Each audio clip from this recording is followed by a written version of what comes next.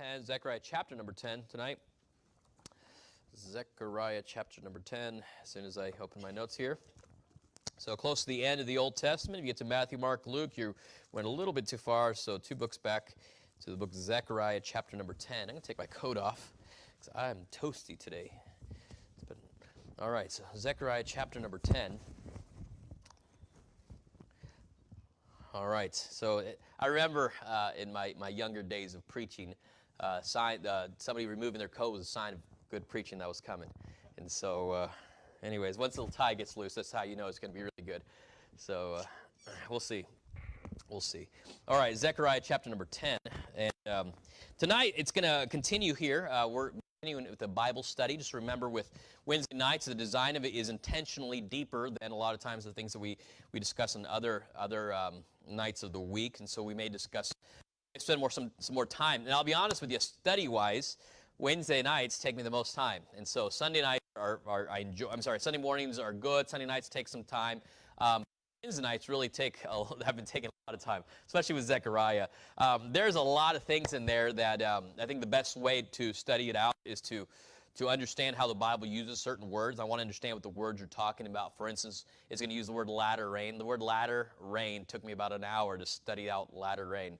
And I realized, wow, I'm in the very first 2 verses of the chapter. Long ways to go. But anyways, going through is helpful to study it. Now, I'm not saying I spend an hour per word, all right? So I didn't start this like 3 years ago to get here for tonight.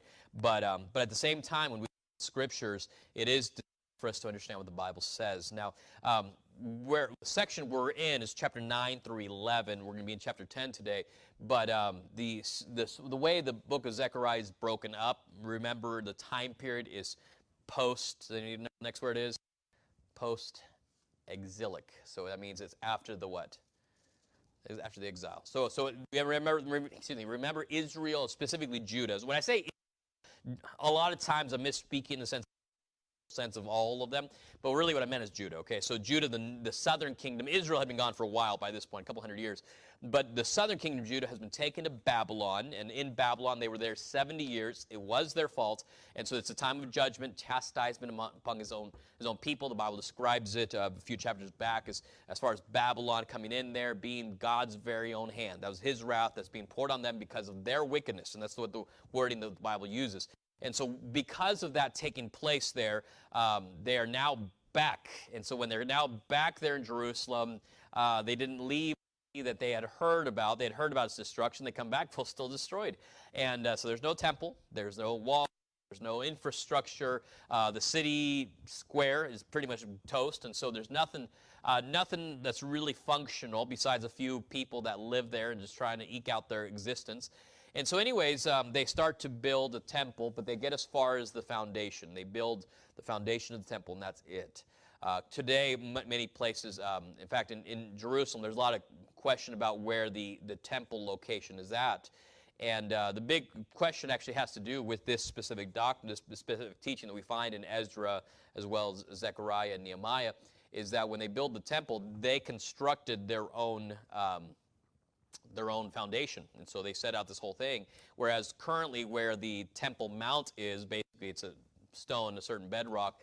And so a lot of people suggest that the temple couldn't possibly be there because that's not the stone that would have been there. There would have been water closer to it. There would have been a foundation that they would have set. So it would have actually been a different location than currently set as far as where they believe it's set. And so anyways, this gives us some information, some insight, also a lot of debate.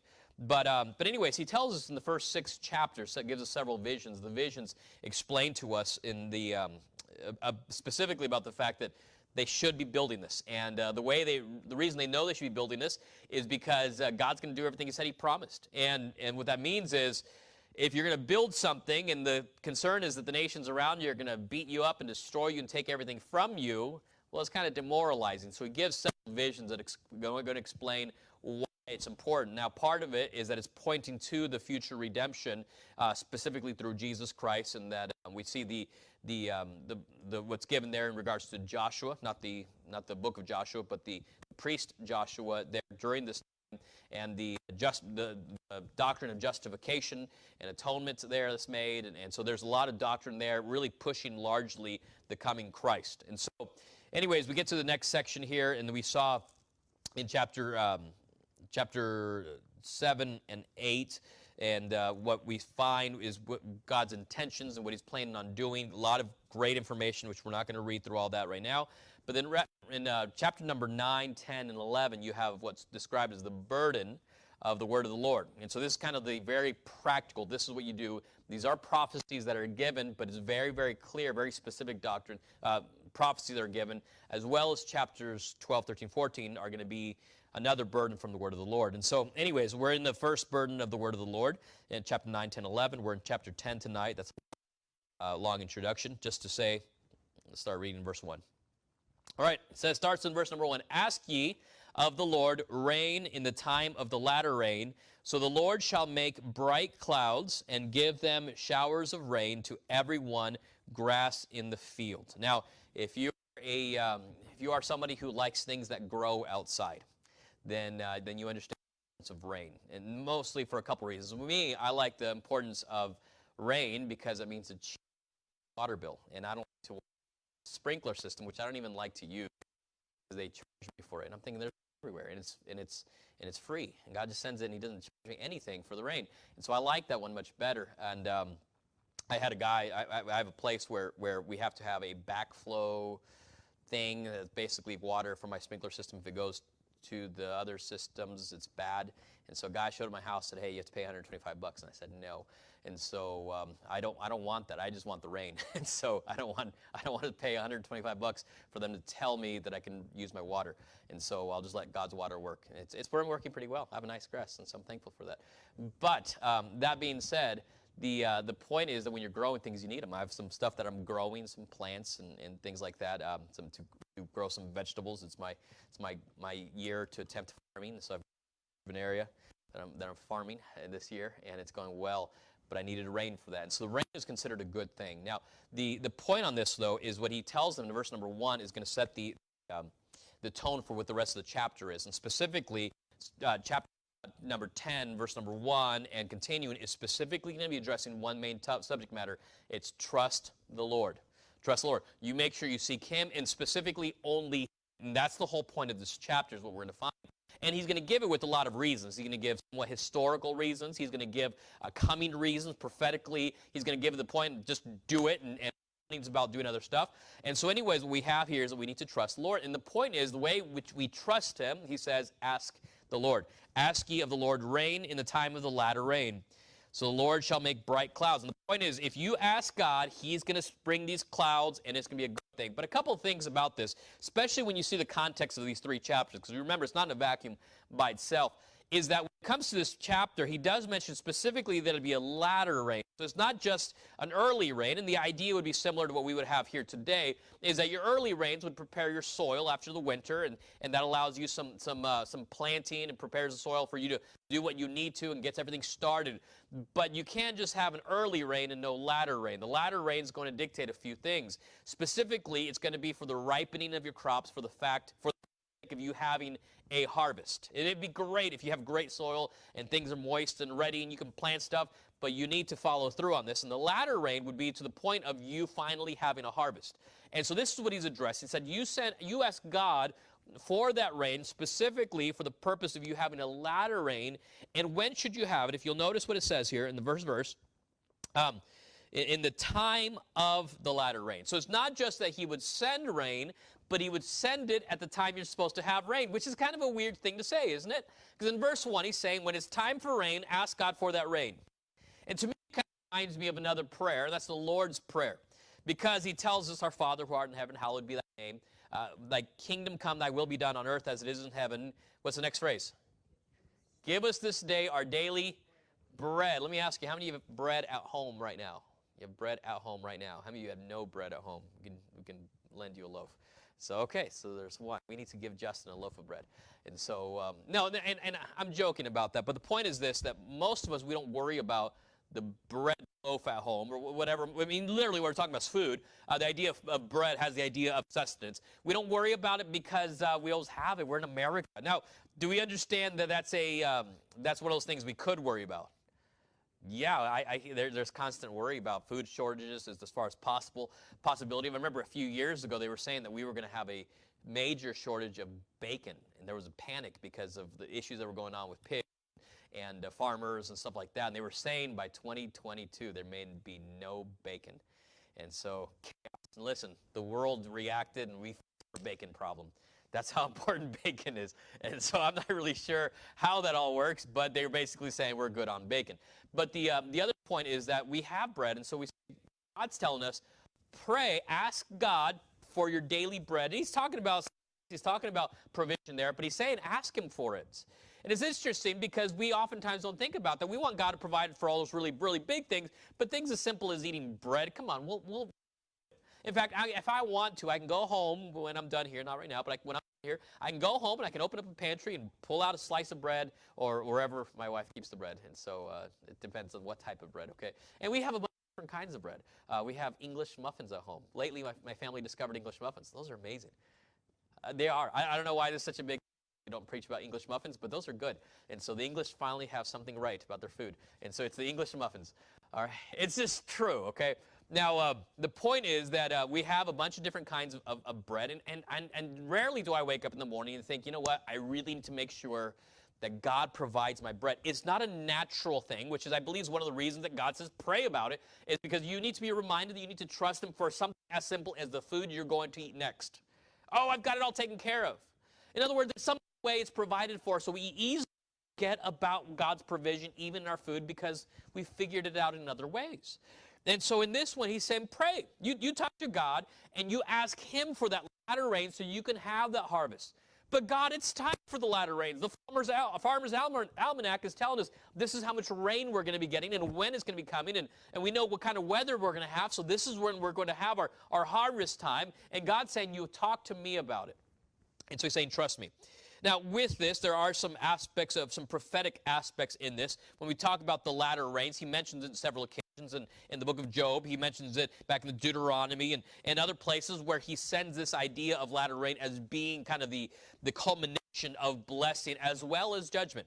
And so there's this time where blessing for some, but also judgment for others.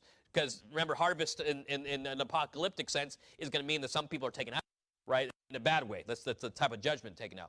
And so anyways, all those things going on, he's leading towards something. But the point is this, I'm going to provide for you. You need to trust me.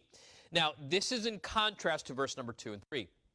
He says here in verse number 2, for the idols have spoken vanity. Now, most of us do not have idols. And I do say most of us because sometimes we're unaware of idols we have. For instance, growing up, I have a Peruvian ancestry. And so we had Peruvian things, and some of those things were like artifacts. Like we had the little knife called tumi, and so the knife had a name. Now, we didn't like take the actual archaeological find from the museum in Peru, but something that was a similar replica of it. And anyways, the thing about it, it's a knife, and it's very well known. It's oftentimes a symbol for a lot of things in Peruvian stuff in the Inca Empire.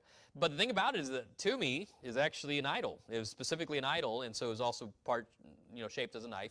And tumi was the name of the idol. And so we had a bunch of them. In fact, when I went to Peru a number of years ago when I was a teenager, so a few years ago now, and in an ever-increasing number, the teenage years, I bought a bunch of those for like $1, about 10 of them. And so little keychain ones, and I gave them out to friends, and I'm giving little idols out to everybody. And I remember my uncle, I went out to Japan, and he saw this little monkey thing that was a bobblehead, and it said a bunch of stuff in Japanese, and I didn't know what it was. So I put it into my on my shelf because it was this monkey bobblehead.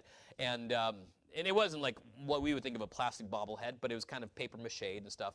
And it was holding something, and I thought nothing of it until I found out later it was a god that had to do with blessings as a teenager. It had to do with fertility and stuff like that, so it didn't apply. But regardless, I had this idol. And so sometimes we have it unawares. But the point on that is that when it comes to idolatry, what he's pointing is that you have a propensity to rely on something else, specifically for them to be idols. Now, I don't believe that by verse 2 they've fallen back into idolatry, but I think he's pointing back more toward the previous senses of how that could have taken place. They could have fallen into idolatry. I've not made a decision 100%. Maybe you might disagree with me. That's fine on this part. But what he's pointing out here is that the idols have spoken vanity. Emptiness. They're just saying these things. Now, ultimately, if you have an idol in your home, is it saying things to you? By the way, if it's saying something to you, that should be a sign you need to get rid of that idol, right? Get that thing out of there. But normally it doesn't. But here's what they do. They have a sign. There's a specific designation for what those idols are, which are specifically promises. All these idols have promises. And so if you buy this, then you'll get it. For instance, somebody might sell you something. You might say, okay, well, Pastor, you're about to destroy some of my collections here. But somebody might sell you something saying, hey, for this $10, you can get this lucky rabbit's foot, and you just keep it with you. You luck. And as long as you have that, and people are like, oh yeah, I'm going to carry, oh, it's my lucky rabbit's foot, can't let anything happen to me. And then we'll go about, and that's some sort of promise, and it's an empty promise, isn't it? That's what it's talking about. That's the kind of thing. And let me put very practically here. We see places, I've seen Christians will go to restaurants and buffets, and they've got a little Buddha there with a little change thing, and you put something there, and you'll get a blessing. Why not? Put it there, rub the belly, moving on. Oh, well, just in case. Well, that doesn't work that way. Likewise, let me give you a more common example. People wear crosses, maybe a little crucifix, and they feel like it's lucky because it's associated with Christ. And so that would be something that people would hang on to and think, oh, that might give me luck. But he tells us this. He says, get away from this because these are empty promises. These are things that they're saying that are simply not true. These are lies. Furthermore, I think one of the big ones we find is the whole idea of patron saints. I come from a Catholic tradition, and we had patron saints. In fact, one of the things you'll find amongst Hispanics is perhaps you'll notice that a lot of Hispanics have very similar names. You notice that? Like there'll be Jose something, and they'll have something like very similar, and like where there's only like a handful of names amongst a lot of Hispanics, depending on the generation. And what it would be is basically it's a saint calendar that's given in a lot of Latin America, and according to the day you were born, you would be named after that saint, because that's kind of like your, not a good luck charm, but it's kind of the Christian Catholic thing to do. You get named after the saint, and you get some kind of other name associated with that. And so that's why a lot of Hispanics a name that way, because it's actually part of their Catholic lineage. Now, the thing about it is that these patron saints actually have some sort of blessing associated with something, like anything, and that they're kind of watching out for people in that category. And so, for instance, if you have abdominal pains, you pray to the patron saint Erasmus or Elmo, Saint Elmo, who would help you with your abdominal pain, because that's his specialty. He's the abdominal pain saint. And I know it sounds silly, but the patron saint of advertisers, if you're in that sort of work, is Bernardine of Siena. If you're afraid of mice and having that kind of issue, the Catholics designated 3 saints for that, just in case: Gertrude, Servetus, and Ulrich. If issues with angina, the Swithbert. If you're a button maker, you have the patron Saint Louis. Dysentery is Polycarp, which was a Christian that wrote a lot of great stuff in the 2nd century, and he gets designated dysentery. And then if you're a victim of jealousy, there's Elizabeth of Portugal. And so while some families here may have visiting in-laws, I don't want to mention any names, if you have in-law problems, they designated a lot. This is actually the one I believe has the most. There's Adelaide, Elizabeth of Hungary, Elizabeth Ann Seton, Godelieve, Jean de Chantal, Jean Marie de Maille, Ludmilla, and Pulcheria. And so just in case one doesn't work, and by the way, it's interesting, they're all ladies. All patron saints are all women, so I don't know what that says about them. They're like, we're going to fix mother-in-law issues. And so anyways, but the thing about it, it's kind of silly to us as Baptists, but we have to remember there's people that take this very seriously. If you've ever been in a cab of a Hispanic and they have a picture of a patron saint Michael, but the archangel is the patron saint of cab drivers. No kidding. And so that's what they hold to. But the point is, it sounds kind of silly, but this is how they treat it, don't they? As long as I pray to this one, and I do this, and I have their picture, and I light a candle, then I will have that protection. And what God is saying here is you're avoiding God the provider and going to something else, and these are idols, and they are speaking vanity. These are empty lies that have nothing for you. He goes on, by the way, in verse number 2, and we're only beginning with verse 2, and it says, and the diviners. The diviners have seen a lie. The word diviner is actually kind of a broad term. In the Old Testament, it gives a lot of specifics about diviners. It might call them necromancers or many other things that it mentions, but diviner is kind of the umbrella term for diviners. The term diviner has the idea to foresee. That's what the word means, literally by dividing And so you would have some way of foreseeing the future, and it could be broken up into a bunch of different ways. And I mention this because sadly this is becoming more popular even in our day, which according to everything you hear on the news, everybody wants you to believe in science. Yet what we have is a huge influx of diviners that are being put out there. Diviners can be broken up into several groups. You have omens that would basically be signs that are given of demonstrating something that's going to be coming in the future. You have claromancy, which has the idea of basically measurements, casting lots, straw, things like that point out based on numerology of some sorts that gives you some kind of counting ability to see what the future is going to hold. Augury, which technically has to do with the flight of birds, but it's more so in regards to patterns. For instance, you would see the spaces or the patterns that are laid out by certain things. For instance, not to be gross, but if an animal would be sacrificed, the innards would come out, and depending on the way they would fall out, they would measure that or kind of notice it and see this is what it means, because certain organs mean certain. That would be that. People would do that with tea, the tea or the coffee grounds or the tea leaves at the end of a drink. Same idea. That would be the that type. And then there's also spontaneous diviners, which basically it's random. This would be things like you would be seeing something in holy books or certain specific, like tarot cards, for instance. This is kind of a guide that shows you that whatever randomly comes out is going to demonstrate to you what the future is. So you would shuffle and put them in a certain way, and then once you laid out the spontaneous putting out there of this stuff is going to show you what the future is. People do this, by the way, in a thing called bibliomancy. And I've actually seen this even amongst Baptists, where we're looking for God's will. So what you'll do is you'll open your Bible and you'll point into whatever verse you come to after praying, and that verse will tell you something about the future. And so anyways, it's an actual name, bibliomancy. And anyways, we say get away from all that. And this is what God is telling us, stay far away from this. In verse number 2, what he's explaining to us, they have seen a lie. And so we've got these things that are going to be going on. He's saying get away from them. It says, and have told false dreams in vain. Therefore they went their way as a flock. They were troubled because there was no shepherd. The idea here is that they had no direction on what they were supposed to be going. So as people were going to them, this is why I believe, based on the fact that they had no shepherd, he's addressing, as he does, Ezekiel uses the same terminology of the people having no shepherd as the people that went before the fall, before they went to Babylon. And so I believe he's talking about their idol worship back before they went into exile. Now, my point in this is what he's addressing here is the people should have a clear direction that was God-given, but instead they saw absolutely everything else that was lies. And by the way, we do this nowadays. It's interesting that even in our own country, humanism itself has been declared as a religion by the Supreme Court. Do you know that? And now what we've done is we've replaced our religious things and the weird stuff that's out there with even humanism. Now suddenly humanism has become a religion that's going to direct us and tell us the future and what's going to happen. And we've done this with everything. We've done this with different sciences and mathematics and all sorts of things that we feel like are going to tell us the future, and that's how we know. Economists suddenly become prophets. These things are everything God has. And what he's saying is stop trusting in everybody else and trust in me. And he tells them this, that they had fallen before, don't fall into this again. And so the big issue, by the way, was at the end of verse number 2 when he says they were troubled because there was no shepherd. Now, was there truly no shepherd?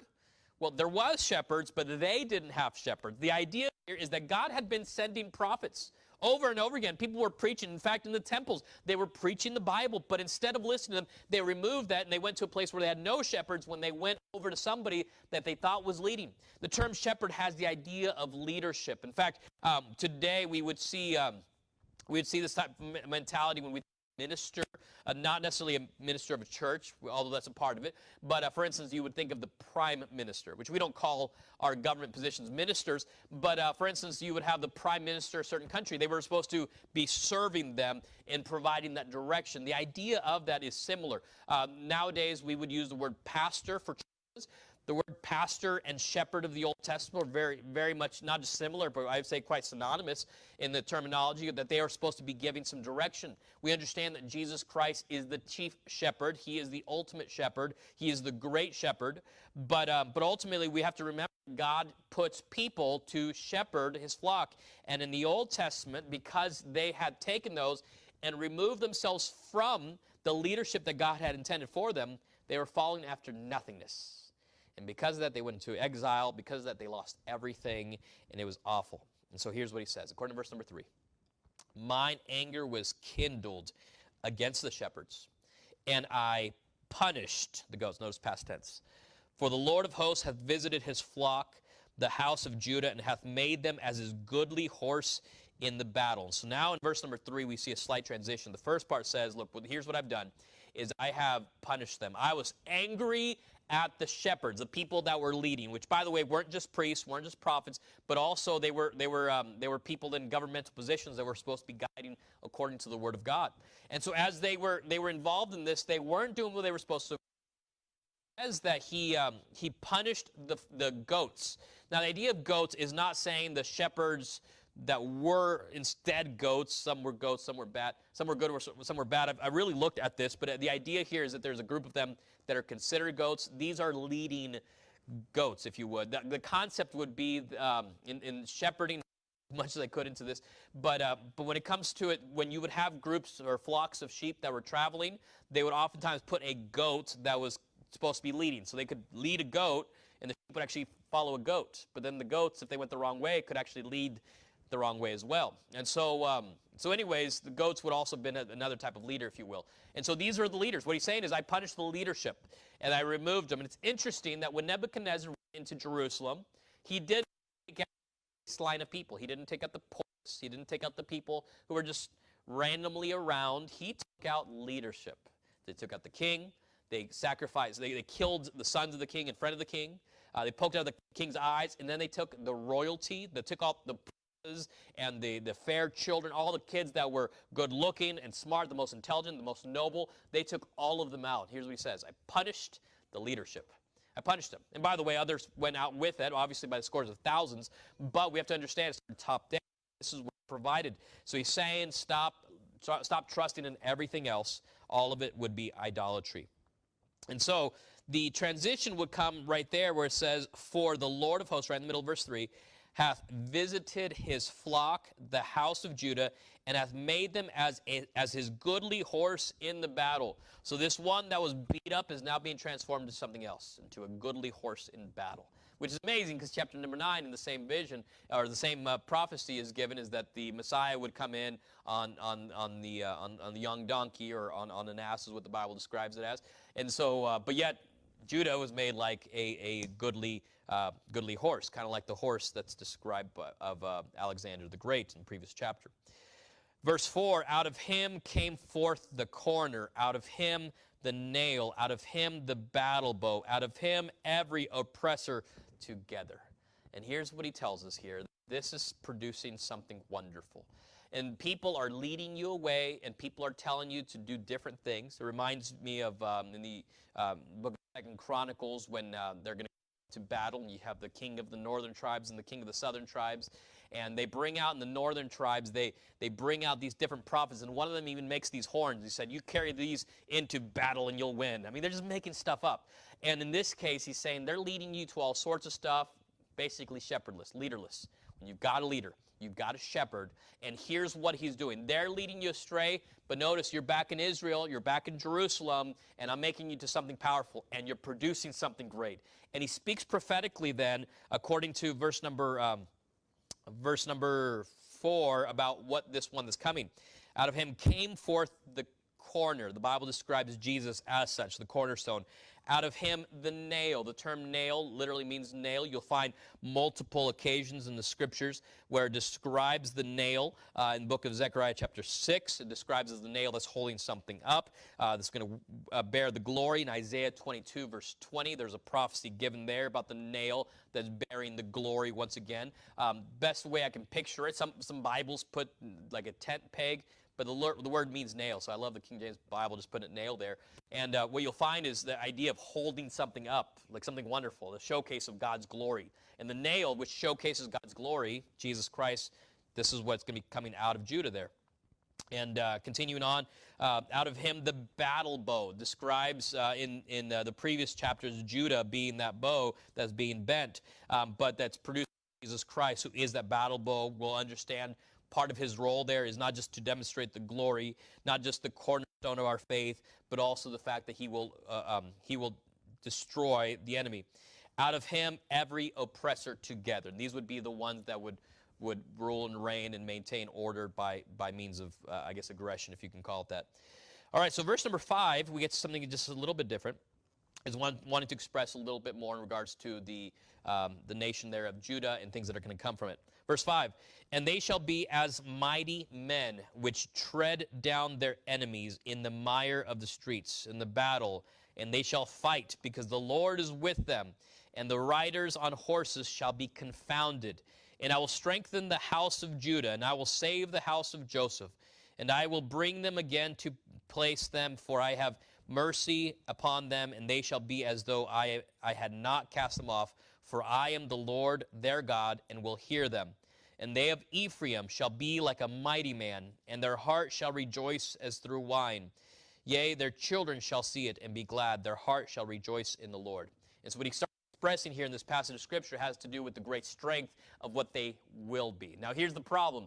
They're there, and they're thinking, we can't possibly build this stuff. We've got enemies. We're just a tiny people. I mean, you might think thousands of people, 5,000 people showing a good-sized group. But now when you compare it to the army in the region, and just people all over the place, the Persian Empire and the Assyrian, the remnants of the Assyrians, and Egypt down south, and the problems that are there, they're nothing. And he's saying, no, with me at the helm, when Jesus Christ enters in, here's what he's saying, they're going to be mighty. They're going to be powerful. They're going to be strong.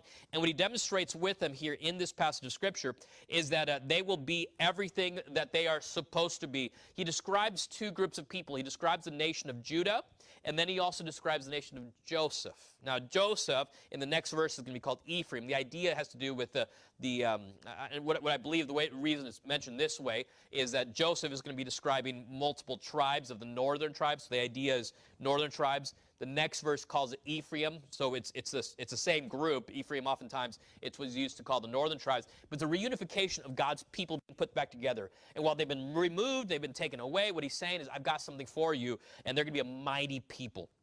And what he's going to explain in this verse, in verse number 7, when God does this, here's what it's going to be like. And they of Ephraim, which I just read, shall be like a mighty man, and their heart shall rejoice as through wine. Yea, their children shall see it and be glad. Their heart shall rejoice in the Lord. In other words, this is something that's to be looked forward to. Now, we have to understand this has never happened yet. What we're saying here is that when it comes to this, the tribes, the area, the focus on Jerusalem, that has not happened. A lot of people will say, oh, well, wait a second. This just happened during that time with the Greeks. The problem was that Ephraim was never reunited in their battle against the Greeks. And so that's not something that ever occurred. And so this is not talking about them. He's pointing specifically, we get from verse number 4, we have to understand who Jesus Christ is. He doesn't show up for another 450, 500 years from the writing of this. And so we have to understand this is looking future. And there's never been a reunification in this way where it brings the tribes together in this manner. And so he's looking likewise forward. Now you'll notice again in verse number 8, I will hiss for them and gather them, for I have redeemed them, and they shall increase as they have increased. In other words, they're going to be great big nation again one day. And I will sow them among the people, and they shall remember me in far countries, and they shall live with their children and turn again.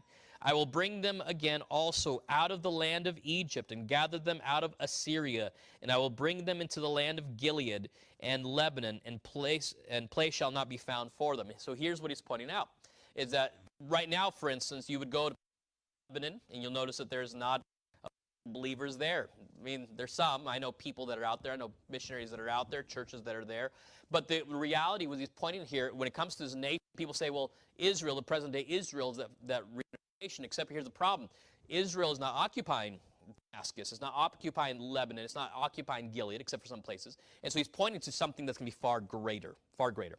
Now, what he's explaining in this one then, with all this, it's going to be powerful, it's going to be mighty, and it's going to cover this whole region. In fact, what he tells them is they're going to gather from Assyria and from Egypt. He's going to gather them from the seas. In fact, you'll find the way he explains this when he hisses for them. In other words, calls them back. I've heard some people say the hiss is like a whistle, and I don't know.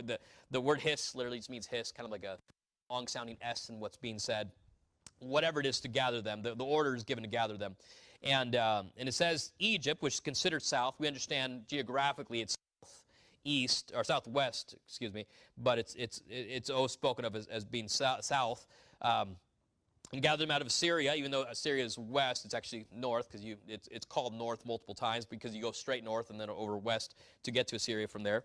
And anyways, he mentions in verse number 9 about the far countries and the broadness of that scope. Usually when you see far countries mentioned, it's either going to be far countries or nations or sea. And so the concept would be the Mediterranean. The Mediterranean would have represented the rest of the countries of the world, because that's how they got to Israel. And so you have basically all over the place. So God's going to put them everywhere. I'm going to place them everywhere to see God's work. And I'm going to put them in this whole region of land, which, by the way, while Lebanon, we have to understand, is near Israel today. We have to remember God's plan was that whole region was going to be Israel. That's the plan. And what God is saying, I'm going to occupy that whole area, and there's not even going to be space for them. That's how many there's going to be. And so this is what's going to be brought about. Going on a little bit more, verse number 10, it finishes with the fact that place shall not be found for them, and he shall pass through the sea with affliction, the idea with some aggression that's going to be gotten there, talking about the Messiah coming in, and shall smite the waves in the sea. Remember, again, when we talk about the sea, oftentimes referring to many nations. I believe it has to do with that, nations of this world. And all the deeps of the river shall dry up. I believe the river it's referring to has to do, and this is, there's a whole reason for this. It could be the rivers right near there, near Jordan, but because of the broadness and where it's going to be going to with Egypt, I do believe it has to do with the Nile in what he's talking about. The pride of Assyria shall be brought down, and the scepter of Egypt shall depart away. So the concept here is that whole region will be conquered by Jesus. And I will strengthen them in the Lord, and they shall walk up and down in his name, saith the Lord. And so he's looking forward to something. It's going to be great. Now, there's a doctrine out there called amillennialism that believes that none of this is true. That basically what you do is you take this and you allegorize it into basically meaning spiritually. This kind of means generally good stuff. Like literally, and I heard somebody say this, is that what this means right now is that the church is going to go out and we're going to win a lot of people to Jesus. We're going to usher in a global kingdom of Christianity, and we're in the middle of it right now, and the church is winning. I'm like, I don't know what hole you're living in to think that the church is winning how things are going, but that's what they're saying. The reason they say that, and this is literally the reasoning that they had, was in the upper room there was people. Anybody remember? In the upper room when the Holy Spirit came on the day of Pentecost. Anybody remember the number? 120 people that were up there. So 120 people. And then, and now, are there still 120 people? No, there's millions of Christians in so that means that we're winning. And now the problem is that now there's billions of people in this world. And so this is not how it's working. And if this is the case, we're doing a really bad job. And it's not getting better is the concept. And so what they'll do is they'll spiritualize this into meaning that basically there's no coming kingdom, there's nothing to come, there's nothing happening here. And he's saying, no, this is going to be something wonderful, and it's going to be powerful, and it's going to be mighty, and it's going to take over. He gives the in the area. He says, I'm taking over, and as we had mentioned earlier, Jerusalem's going to be my home. That's going to be where my throne is going to be. That's where he's going to be ruling and reigning. That's where he's governing from. And so he's saying this is something to look forward to. You can trust me.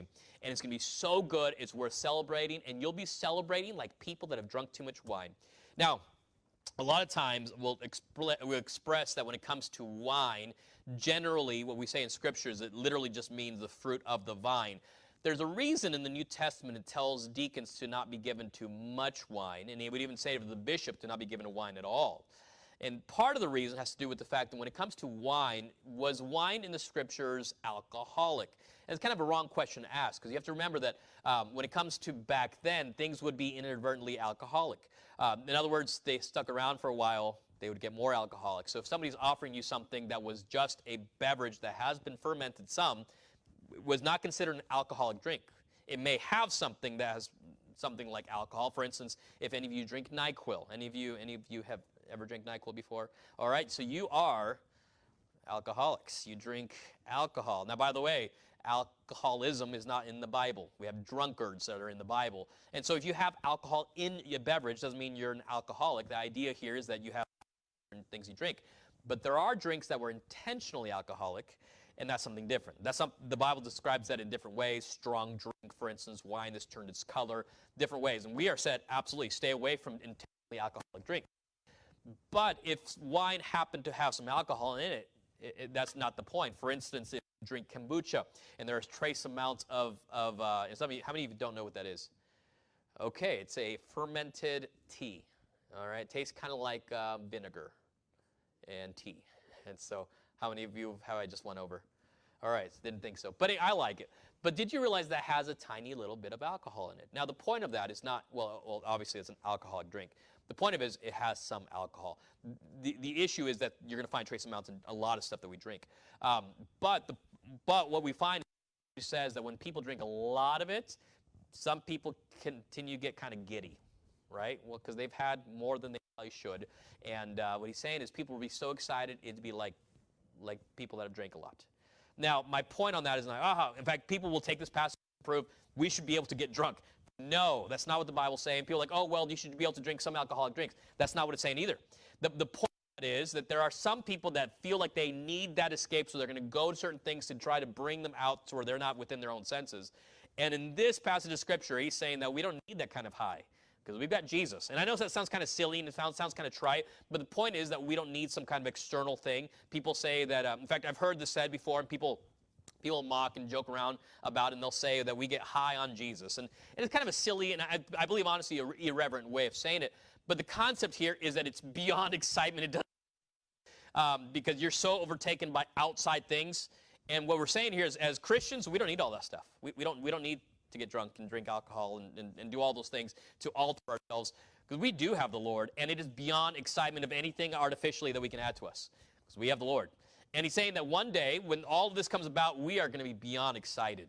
Like people that have drank. People are like, oh, there must be crazy. Oh, no. They're just realizing what's happened. That Jesus is ruling and reigning, and it is that good. And it's going to be exciting, which, by the way, means that we should be excited about it now as Jesus is coming, even in the world that seems to be falling apart, and people are pursuing every other bad thing to try to escape it. We medicate it. We take the pills. We take the drinks. We smoke the stuff. We inject those things into our bodies. We try to pursue comedies and different forms of entertainment, hoping to escape those things. And he's saying, look, you know what's going to happen. There's no reason for you to be in sorrow and sadness. Jesus wins. And this is the whole point of this. Now, again, I want to remind you, this is not saying it's okay to drink. This is not what it's suggesting. And there's the whole explanation on that. I feel like I did a very poor job in 2 minutes trying to explain that part. But the aspect here is that that this is how good it is to be able to serve Jesus. We know what he's going to accomplish. And so this is what he will accomplish. The Lord will do this, and we will be able to look at the last verse as we had read it already.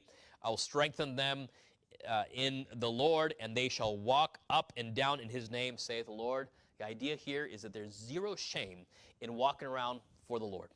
Now, that's going to be in the future, but I think now there's an aspect that we are able to enjoy this, that we don't have to worry about, oh, well, we're just Christians, and we don't want anybody to know, and we'll pray quietly, but I don't want anybody in the workplace. I serve the Messiah. I serve the coming King. I know what's going on. I don't have to be ashamed of that, and we can walk up and down. And by the way, there is going to be a day in which he's ruling. The believers and those that have followed Christ will thankfully be able to walk upright, not hiding in the middle of the streets without any markings or trying to shame or hide in catacombs, nothing like that. Just be wide and open because our King is on the throne.